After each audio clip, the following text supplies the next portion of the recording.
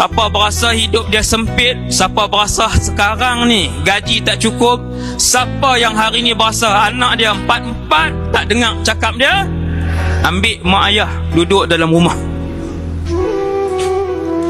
Kalau mak ayah masih sihat, tak mau pindah rumah kita, selalu ziarah ibu dan ayah kita.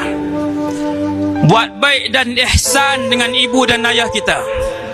Jangan menyakitkan perasaan yang Allah sebut, fala taqul lahuma uffin.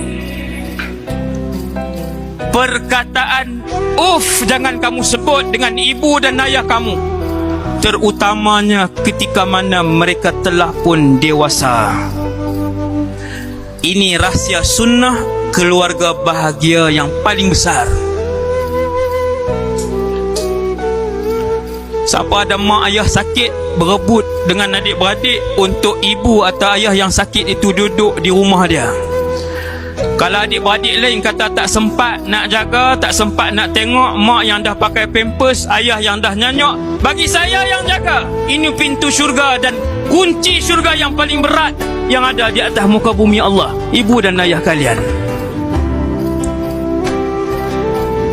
Berasa sempit rezeki, berasa serabut dengan keluarga, ambil mak ayah duduk dengan kita.